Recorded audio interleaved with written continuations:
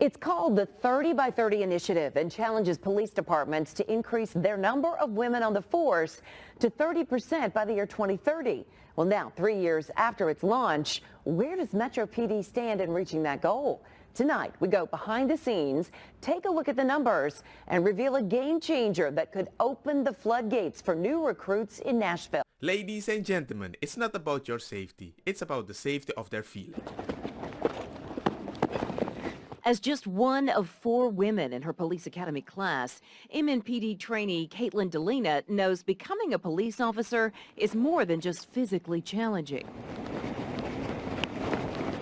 It's a male-dominated profession, so women are scared to take that step, maybe thinking that they're not able to do it, but you can do it if you have that right mindset. It's a mindset the Metro Police Department hopes more women will have. Their goal, a 30% female police force. Don't you put that on us! Last year, it was 11%. This year, it's 13%.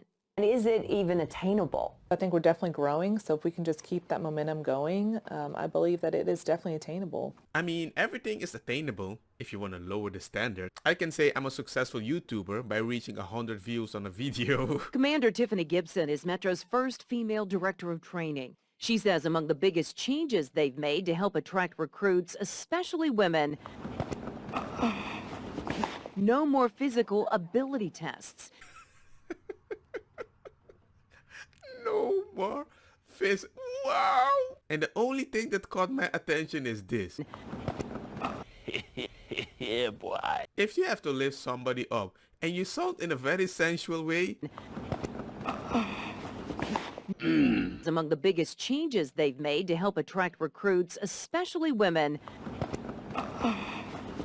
no more physical ability tests. Now trainees must pass a physical agility test designed to mirror tasks in the field. They've also added lactation rooms for nursing moms to all 8 precincts, more flexible schedules. That's in addition to their already paid maternity leave and sick time. What's something the Metro Police Department does not currently offer to female recruits that you think could really be a game changer? We were trying to get going, possibly help sponsor our own child care facility, and I think that would be really helpful for female. Yes, ladies and gentlemen, that is what we need. When moms cannot find a place to leave their kids, join the police force. But hey, ladies and gentlemen, at least I got good news. California raised the minimum wage to $20 an hour. Says he could not afford to pay them with that increase. I was so caught off guard. We had no type of notice, no type of warning even. I mean, the owner had told me Happy Easter. Employees at Foster Freeze in Lemoore say they're now out of a job. We had gotten a text in the group chat that we were shutting down, and I completely thought it was an April Fool's joke. Turns out he wasn't the only one. Did you guys think that this was an April Fool's joke? Yes. Yes. Yes. I had walked in and he had just immediately was like, "You guys are out of a job, like, I'm sorry." While we were there at the Foster Freeze restaurant, owner Lauren Wright was walking out. I tried to get a statement. I think he's going to take off before we even get a chance to talk to him. "Excuse me, Lauren?" But he quickly drove off.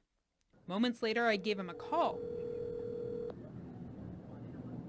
Your call has been forwarded to an automatic voice message system. He did not answer, but did send a text saying in part, "I couldn't survive the mandated wage increases.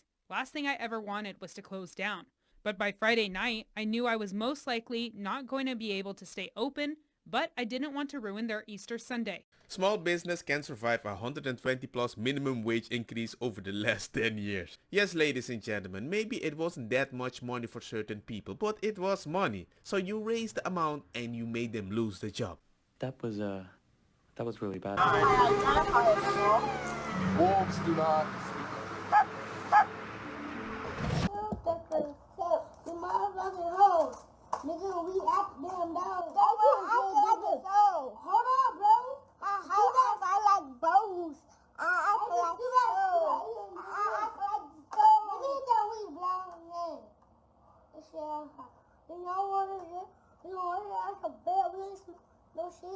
Well, we got mommies arresting them, so they should be able to handle that, right? Tired of straight white men having the power and everything, and it's like, we as women of color, as like students at this university, like we're very much capable of certain things, and we don't have the same privileges that are offered to straight white men.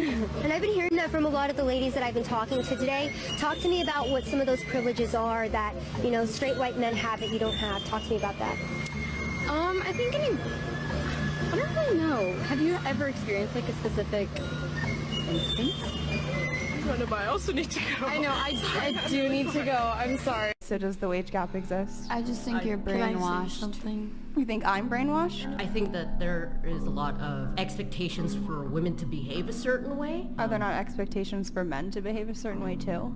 Yes, there are. I would almost argue it's easier to start a business in America as a woman. You have preferential treatment when it comes to loans, preferential hiring processes. Literally just because you're a woman, women are the majority of college graduates. Life being a woman, I feel like in some ways kind of life on easy mode if you play into the corporate structure. They literally have empowerment programs that they don't allow men, let alone straight white men in. There's literally a multi-billion-dollar corporate push to empower women. You know, you think I'm brainwashed, you can think that, but you also espouse an ideology that you can't even give me literally one example why you actually believe it, let alone define it, but you just slap that label on because that's what mainstream society's told you to believe.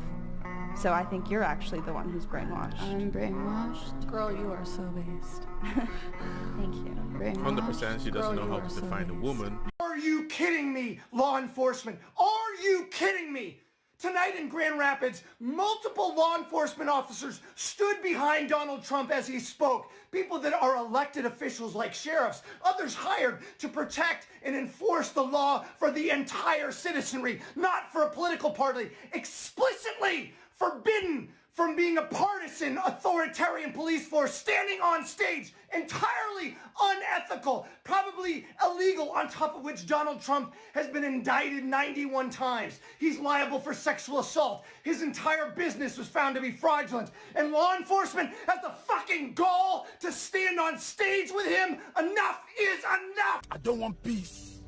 I want problems, always. I bet this guy voted for the standards of women to be lowered at the police force.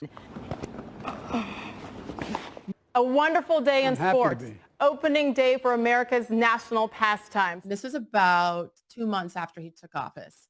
That was an interesting experience in its own right because it was so structured and I was told, you will say every word that we write out. Let me give you an example of an unscripted Biden. But if you have a problem figuring out whether you're for me or Trump, then you ain't black. What we're seeing here is a first for supermarkets in Australia. Supermarket chain Drake's, which operates 67 stores in South Australia and Queensland, will use this high-tech GPS technology to track expensive meat. Meat theft is the #1 thing that is stolen from our supermarkets. High-end products like Wagyu beef are put in containers fitted with the technology and tracked. If someone leaves the store without it being detached, then that'll set off the GPS. GPS is good for anything, yes, and the meat especially because that's so expensive. Supermarkets will pay $30 for each box, an investment they say is worth every cent. I think it's terrific. I don't think people should pinch stuff anyway. These are the thieves the supermarket is targeting. Security cameras show 2 men heading straight to the meat section to select their favourite cuts. They pile not 1 but 38 packs in a basket. The minority is becoming more brazen in the ways they've been taking products from the store. That's racist. And now the supermarket needs to invest money. Will the prices go up somewhere? Who knows? Somebody had an interesting comment. Why arrest the criminals when you can't track the meat? All I have to say is shock me with that like button. Because hey, I won't buy it. Don't get me wrong, makosa kita bong. Butta fire na mi blonde kush hash purple skunk. Criollo colombici jam jam. Durloqueta verdetta welcome.